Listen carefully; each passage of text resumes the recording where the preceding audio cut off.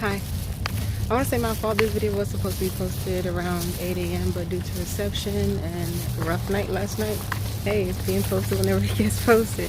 But that video that I uploaded on my short, that happened in Fort Wentworth, Georgia, not South Carolina, and that is a part of the reason why I don't ever park in rest areas. I never felt comfortable parking in rest areas unless I was doing a 30-minute break. So, into the video.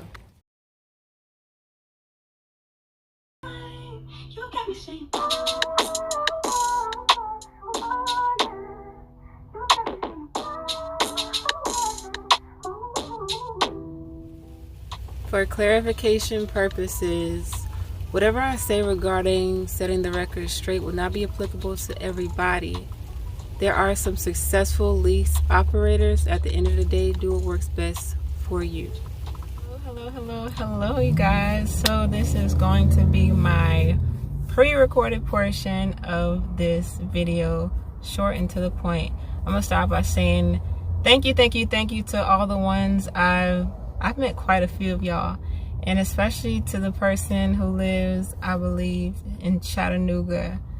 If I'm right, downtown Chattanooga. Forgive me if I'm wrong, but to the person I met on Monday, Stacy, y'all, I appreciate all y'all's respect from the bottom of my heart, and y'all just good vibes, good energy, a good time. So y'all see by the title, what is this girl talking about?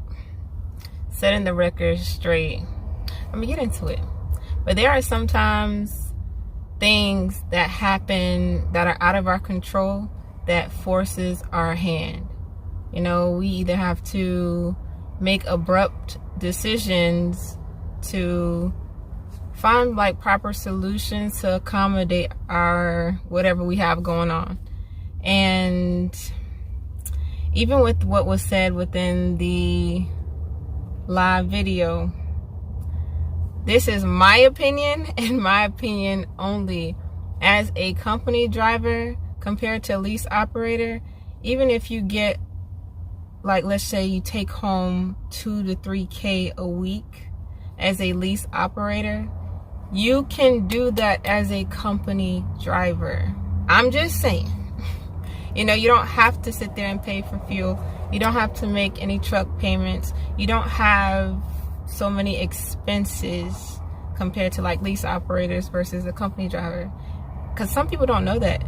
You know, if you are someone who is over the road making $1,300, $1,000 a week, something ain't right. I'm serious, and I say that because when I first started out at the company I was starting with in Dallas, Texas, I was making about $900 to maybe $1,100, $1,200-ish. But after a while, with endorsements and some experience up under my belt, more comes in, 2, 3, 4,000 plus whatever, with a company driver and owning my own truck. I don't recommend anybody who's watching me to lease. I don't. Me personally, I feel like it will be in someone's best interest to save up the money that you want to save up, have your bread stacked, and go find the truck that you want to purchase cash, hopefully, you know, cash, so you don't have to deal with any truck payments, and make sure you have a certain amount of money set aside for maintenance. 10, 15, 20,000 you winning. That's my opinion. So I just want to set that record straight, because even in Atlanta airport, and y'all see within later in this vlog, this guy, local Atlanta runs Monday through Friday. He didn't specify on the hours that he works, but 2 to 3K weekly, home every night. And airport runs, clutch. Auto parts, mail runs, some container companies, it's the consistency, and that freight is going to be there. So moving right along, I'm not sure if I'm gonna post a video next Sunday, but y'all gonna see if I post a video. So here's this vlog, and that's my 2 cents. Feel free to voice your opinion, because I'm very open and transparent, and I want you all to voice your concerns, advocate for yourself. Let's get into the video. I do want to clarify this. If you are making $1,000, $1,300, even $1,500 as an OTR driver over the road, you can do that local and be at the crib every day. depending on your circumstances. You could do that dedicated. You could do that regional.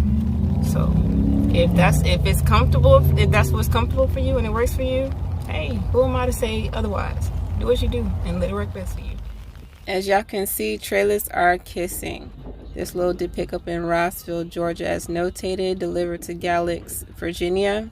Next day delivery, 22,000 pounds on the weight, rate per mile 288. When I booked this load, I was looking for proximity. This week I wasn't feeling my best, so I just wanted short, profitable runs. Normally I scale under 20,000.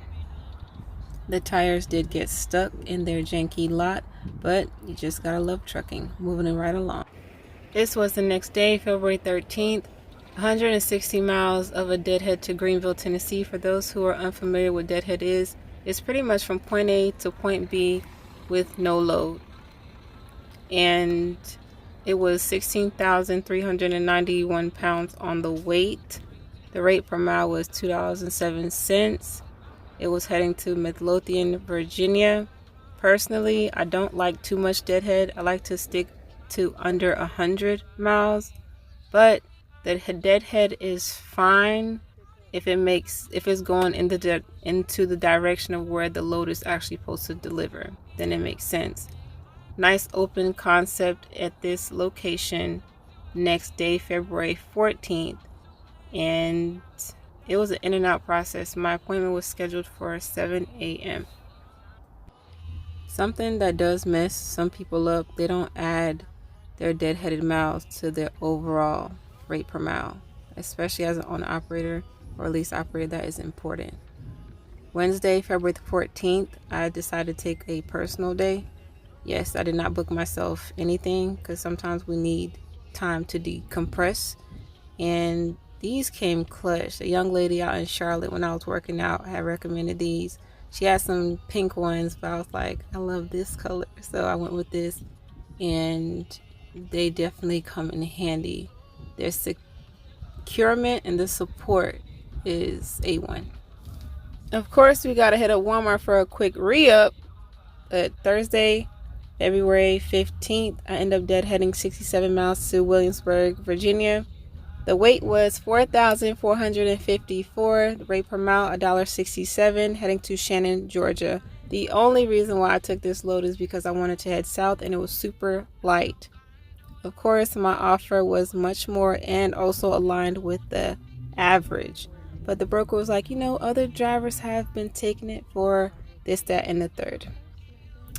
Moving right along. Listen, man, I highly encourage and recommend, if your truck takes DEF, buy it at the store, not at the pump. It will save you a lot of headache. Just saying, give it a try. Between Williamsburg and Shannon, Georgia, we stopped at the crib. If you ever go through this, get the table hot stone massage, you will relax much more. Just gotta decompress.